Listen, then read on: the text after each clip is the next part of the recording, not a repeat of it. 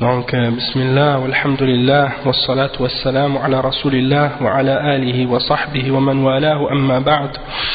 Donc, on est rendu à la partie 33 dans la lecture des fatawa du Cheikh Salih Al-Fawzan dans son livre Al-Ijabat Al-Muhimma fil Mashakil Al-Mulimma. Et on est dans la fin du chapitre où il répond aux Murji'ah.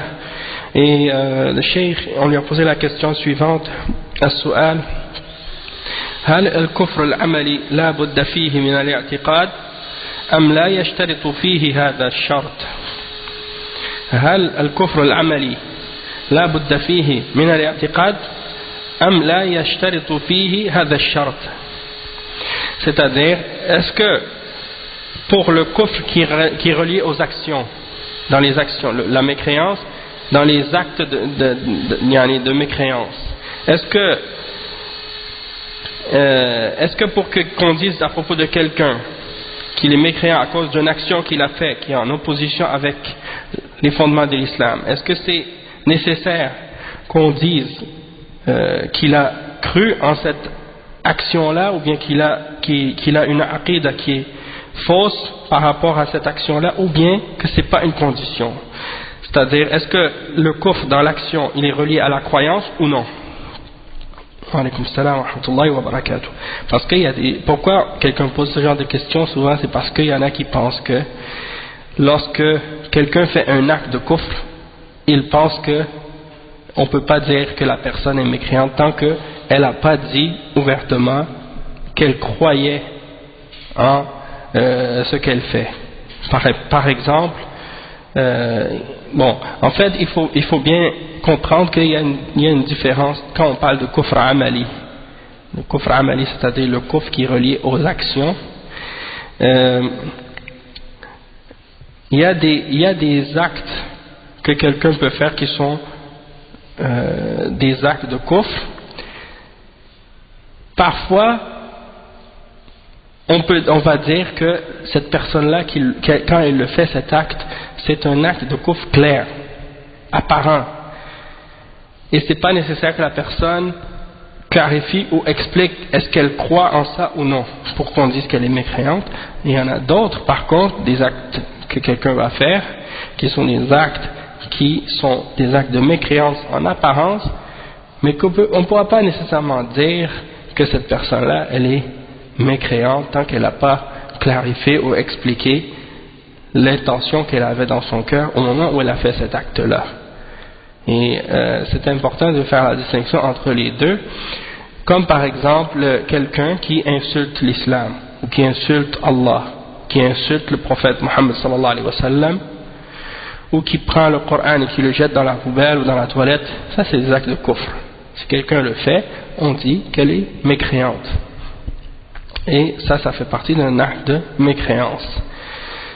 Par contre, il y a des actes qui sont en apparence des actes de shirk ou des actes de kufr, mais ça ne veut pas nécessairement dire que la personne qui le fait est sortie de l'islam.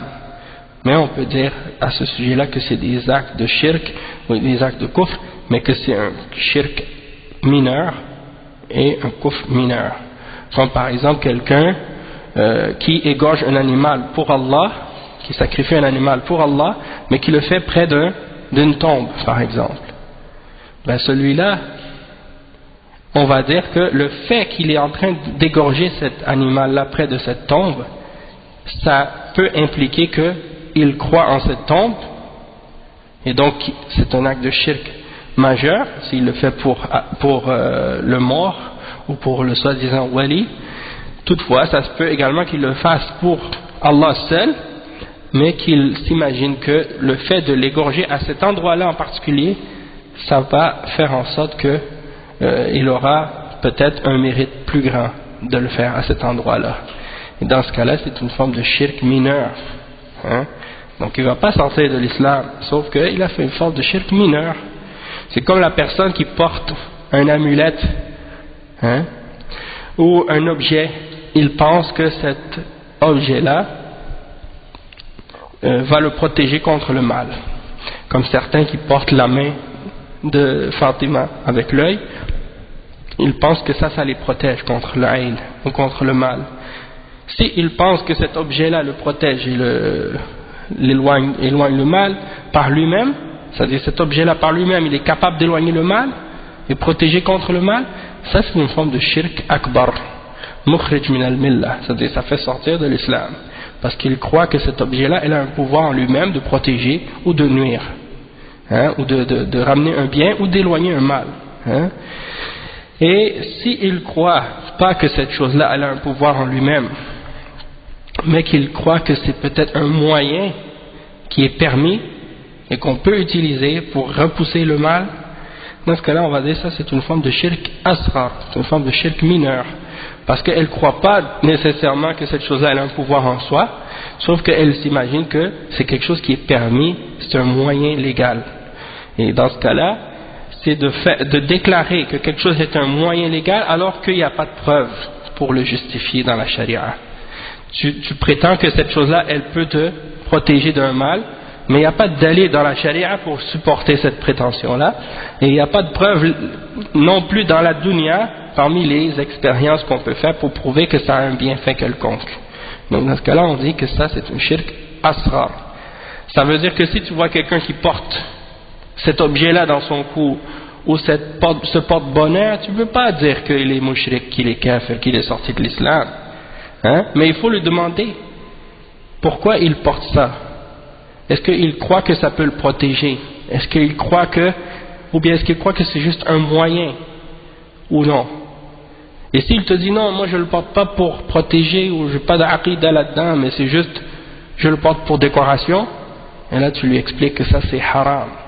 Et que, en portant ça, c'est comme s'il ressemble aux gens qui le portent avec une aqida, comme les chrétiens qui portent la croix et qui pensent que ça les protège, ou des choses de ce genre. Donc ça c'est l'imitation des mushrikines, des kuffars, et ça fait partie des pratiques des gens de la jahiliya. Donc on n'a pas le droit de ressembler à ces gens-là, même si ton intention c'est pas ça. Hein? Donc c'est pour cette raison-là qu'il y a des actes, quand quelqu'un les fait, tout de suite ça, on va dire que c'est un acte de kufr, tout de suite on va dire que cette personne-là elle est sortie de l'islam. Mais il y a d'autres actions, c'est des actes de kufr ou des gestes qui ont rapport avec le kufr ou le shirk, mais qui ne sont pas nécessairement shirk akbar. Hein? Et donc c'est pour ça qu'il faut faire attention pour savoir quand distinguer entre les deux. Mais ce n'est pas toujours une condition que la personne déclare qu'elle croit en la chose pour dire qu'elle est mécréante. Comme par exemple si quelqu'un insulte l'islam ou insulte Allah ou son messager, c'est pas une condition que la personne dise oh, mais j'insulte Allah mais je ne crois pas vraiment que c'est un insulte, ou je ne crois pas vraiment que c'est-à-dire je suis pas sérieux, je dis ça pour rire, ou c'est pas quelque chose que je dis avec conviction. C'est pas une condition que ce soit dit avec conviction. Si tu insultes Allah et son messager, ou si tu te moques de la religion, même si tu le fais sérieusement ou pour rire, ça constitue un acte de mécréance qui fait sortir de la religion de l'islam. De même que quelqu'un qui jetterait le mushaf par exemple dans la poubelle, ou bien dans la toilette par exemple, là c'est clair que c'est un acte de kufr. Pas besoin de poser la question est-ce que tu fais ça sérieusement ou tu fais ça pour rire, hein? Ça c'est clair que c'est kufr. À moins que quelqu'un sans faire exprès il marche puis sans faire exprès il échappe par terre, ça c'est pas volontaire, c'est un accident, hein? Alaykoum salam wa rahmatullah. Mais il faut voir, c'est la même chose. C'est-à-dire la personne qui se moque de la sunna, hein, ou de quelque chose qui est dans la sunna, et il ridiculise ça ou il se moque de ça, ça c'est un acte de kufr. Sauf que si la personne ne savait pas que ça faisait partie de la sunna, là il faut lui expliquer, hein, mais si elle le fait avec connaissance puis qu'elle se moque de ça, comme les gens qui se moquent de la barbe ou qui se moquent du hijab ou du niqab, ou des pratiques des gens qui pratiquent la sunna, ou des ulama de l'islam, ou de n'importe quelle chose qui fait partie de la religion, ça c'est un acte de kufr. Hein? Et c'est pas nécessaire que la personne elle le fasse et elle dise moi je suis sérieux ou je suis pas sérieux. C'est pour ça de se moquer de la religion, c'est très dangereux.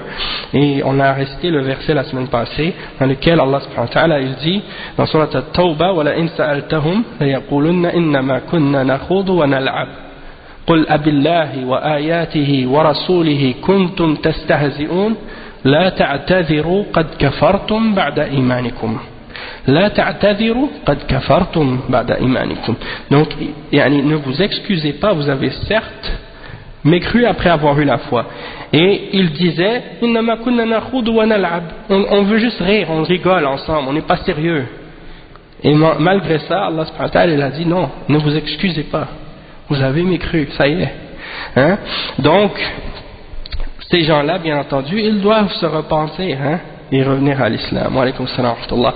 Le cheikh il répond, il dit al-jawab al-kufr al-amali kufr mustaqil wa al-i'tiqad kufr mustaqil wa ahlu al-ilm ذكروا أنواع أربعة أنواع الكفر بالقول الكفر بالعمل الكفر بالشك والكفر بالاعتقاد هذا ما قاله أهل العلم.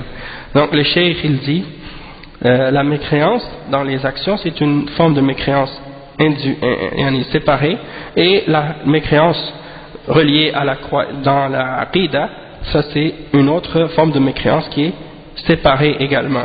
Donc chacune est individuelle.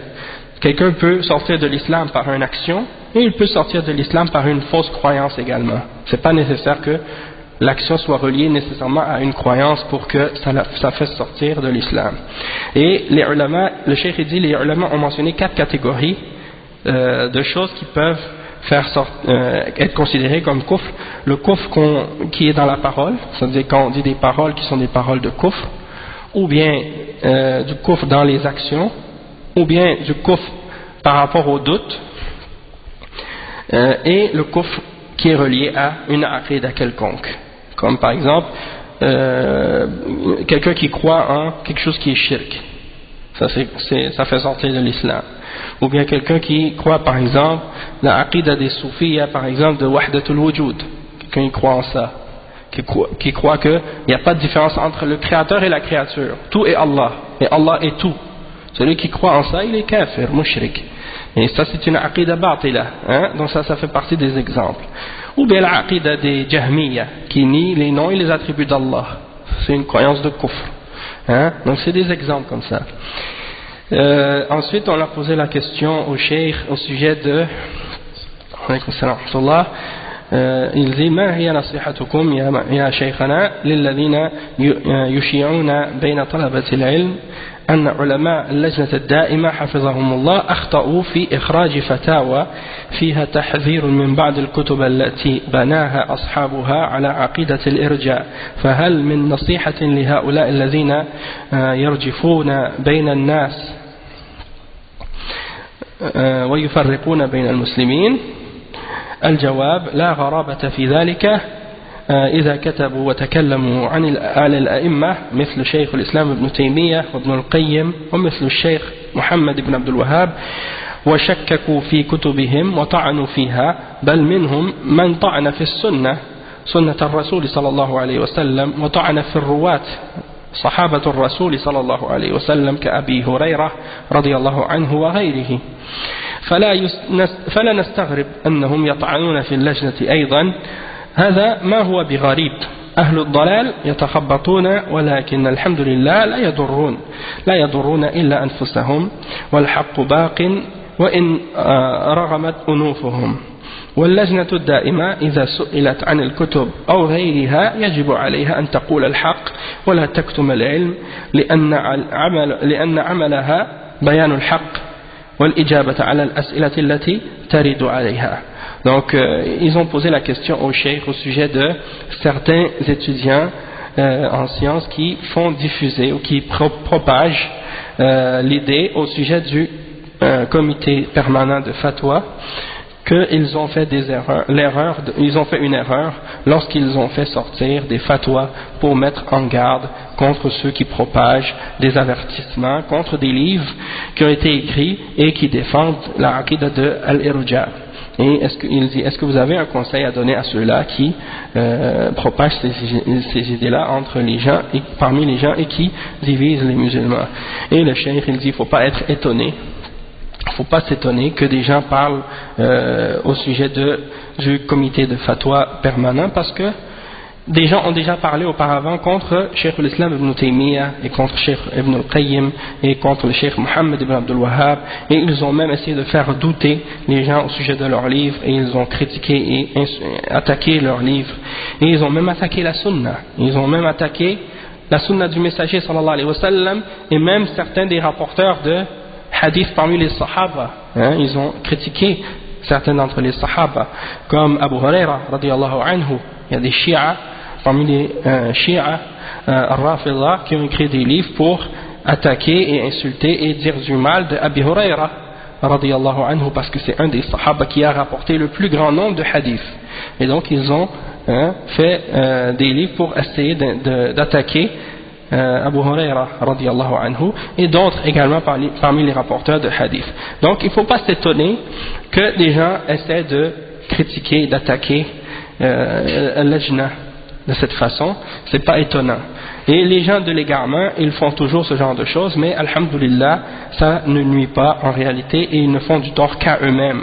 Et la vérité reste, même si ça ne leur fait pas plaisir.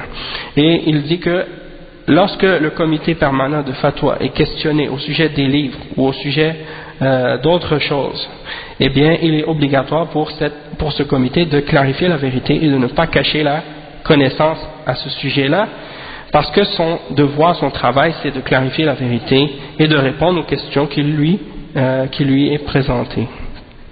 sont présentées. Donc ça c'est la réponse à ce sujet-là. On a terminé avec ça la section de questions qui est rapportée à la secte des Murji'a, et les autres questions par la suite dans le chapitre suivant, c'est des questions au sujet des Jama'at al-Mu'asira wal Manahij al-Mustawrada. Donc les questions qui ont été posées au Cheikh Al-Fawzan au sujet des différents groupes islamiques et différentes méthodologies qui sont importés qui viennent de l'extérieur, c'est-à-dire de l'extérieur de l'Arabie Saoudite.